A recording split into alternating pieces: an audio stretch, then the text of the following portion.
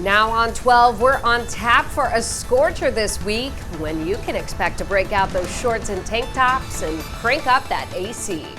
And we're continuing to follow breaking news out of Bed-Stuy. Police confirm a man was shot and killed overnight at the Brevoort houses. Also on 12, the Rent Guidelines Board will take a final vote on increasing rents for rent-stabilized apartments in the city. We're going to tell you what you need to know about tonight's meeting. New this morning, the City of Yes proposal passed City Council this month. We'll tell you how the changes will impact businesses right here in downtown Brooklyn as Mornings on 12 starts right now.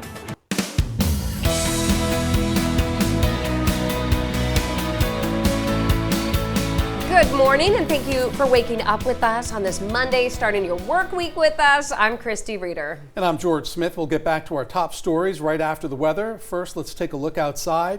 A gorgeous day, and Christy, it was a gorgeous weekend. Yeah, well, that was for you for Father's Day. You got that treat there, George. Good but luck. We do have a heat alert to talk about. Storm Watch team meteorologist Hilda Estevez joining us for that heat up we're having. Oh, yes, and it's going to be a scorcher. George, Christy, we are anticipating to see our very first stretch of 90 degrees starting up tomorrow. Today is seasonal, but on Wednesday, it'll get warmer.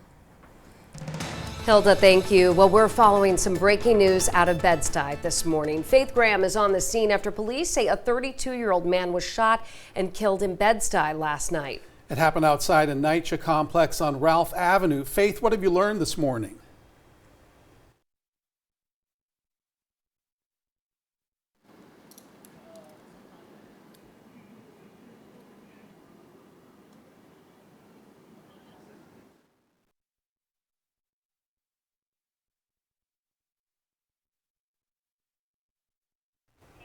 New information this morning. Police say they took 5 people in for questioning after a man and a woman were shot in Brownsville over the weekend. So far, no arrests in the case.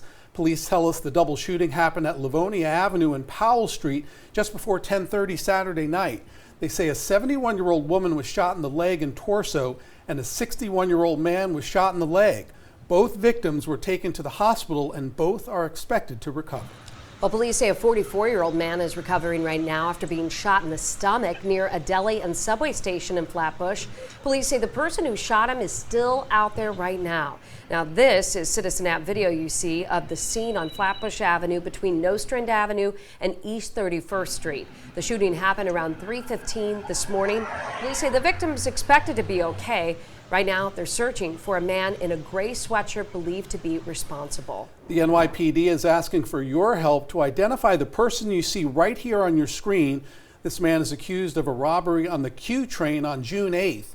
Cops say he threatened a 17-year-old girl with a gun at the West 8th Street station. We're told the suspect then took the victim's backpack at the Ocean Parkway station. Thankfully, the girl was not physically hurt. If you recognize this man, you should call Crime Stoppers at 1-800-577-TIPS. Well, happening today, council members and community members will hold a rally ahead of the city's Board of Corrections hearing. The group is urging the BOC to adopt its proposed rules in order to comply with a new law to end solitary confinement in the city's jails. Today's rally will be held at Foley Square. It starts at noon. The BOC meeting will start at 1 this afternoon. For more details, including how to speak at today's public meeting, we have a link on our website, news12.com. Well, let's head to East Flatbush. FDNY confirms one person suffered minor injuries after this fire over the weekend. You're looking at Citizen App video showing firefighters on the scene just before 1 yesterday afternoon. We're told it happened on Rockaway Parkway between Wilmore Street and Lenox Road. The FDNY says the injured person refused medical attention, and they also tell us the fire is still under investigation. Happening today, the Rent Guidelines Board will hold a public meeting for the final vote on proposed hikes for rent-stabilized apartments. RGB is proposing hikes of 2 to 4.5% for one-year leases and 4 to 6.5% for two-year leases. If approved, the rent hikes would take effect on October 1st. Tonight's meeting will be held at Hunter College in Manhattan starting at 7 o'clock. For more information, we have a link on our website, news12.com. Brooklyn, it's time to get out and vote. Early voting started this past weekend for the statewide and congressional primaries. We checked the city's Board of Elections website. So far, you can see there are more than 10,000 early voting check-ins. Here in our borough, there are nearly 3,000. Early voting runs through next Sunday, June 23rd. Then primary election day is Tuesday, the 25th. To find your poll site, head to news12.com and click on numbers and links.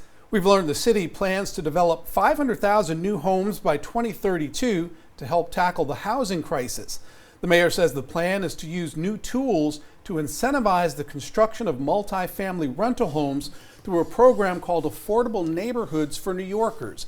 It will also extend deadlines for projects already underway and create a program to transform commercial buildings into affordable homes. The mayor says he hopes these changes will result in permanent, affordable housing for New Yorkers. Well, today in our borough, DoorDash will celebrate the milestone of delivering 100 million charity meals to people in need through Project Dash. The event will be held at Maspia of Borough Park. Over 1.5 million meals of DoorDash's milestone were done in partnership with Maspia Soup Kitchen Network. Today's celebration will include a distribution of both raw and cooked emergency food to single mothers via DoorDash. On the heels of celebrating Father's Day, Rikers Island is opening a new kid-friendly visitation room today in one of the areas that houses men. The Children's Museum of Manhattan helped design it. The goal is to allow kids and grandkids to focus on imaginative play rather than the fact that they're inside a jail complex visiting their dad or grandfather. Back in May, a similar visitation room opened in the area housing women. Well, the Dragon Fest came to Park Slope for the very first time over the weekend. Yeah, and it looks like it was a fun celebration. Yesterday, the festival was along 7th Avenue between 4th and 6th Streets. It focused on celebrating Chinese food and culture, featuring countless vendors. They served up a variety of traditional Asian cuisines like soup dumplings and fried skewers. Many Brooklynites tell us they're so happy it is now here and so close to home. They also say they can't wait to come back next year. Juneteenth might be later on this week, but celebrations kicked off at Fort Greene Park over the weekend. The Layout's 5th annual Juneteenth event had a little something for everyone, including dancing, Connect Four, basketball, and Double Dutch. The yearly celebration also held a marketplace. Black-owned vendors sold jewelry, clothes, beauty projects, and much more. So whether it's big or small, we just want to create these safe spaces where we can cut up together, experience joy, but also hopefully push each other forward from a social impact standpoint and from a cooperative economic standpoint. The event was also an opportunity to give back to the community. One Love Community Fridge was in the neighborhood, donating 750 bags of fresh produce to Fort Greene residents. Well, we have a reminder for you. Today, all public schools will be closed in observance of Eid al-Adha. This is one of the most important festivals on the Muslim calendar. The holiday commemorates Prophet Abraham's willingness to sacrifice his son for the sake of God. New this morning, downtown Brooklyn will see some zoning changes with the approval of the City of Yes legislation by city leaders. We'll show you how some businesses are reacting to it. Plus, cyber thieves devise a way to cash in this summer on the weight loss drug craze. The Turn to Terra team shows us how the scam works and ways you can protect your waistline and your money. An alternate side of street parking is suspended today for a holiday tomorrow.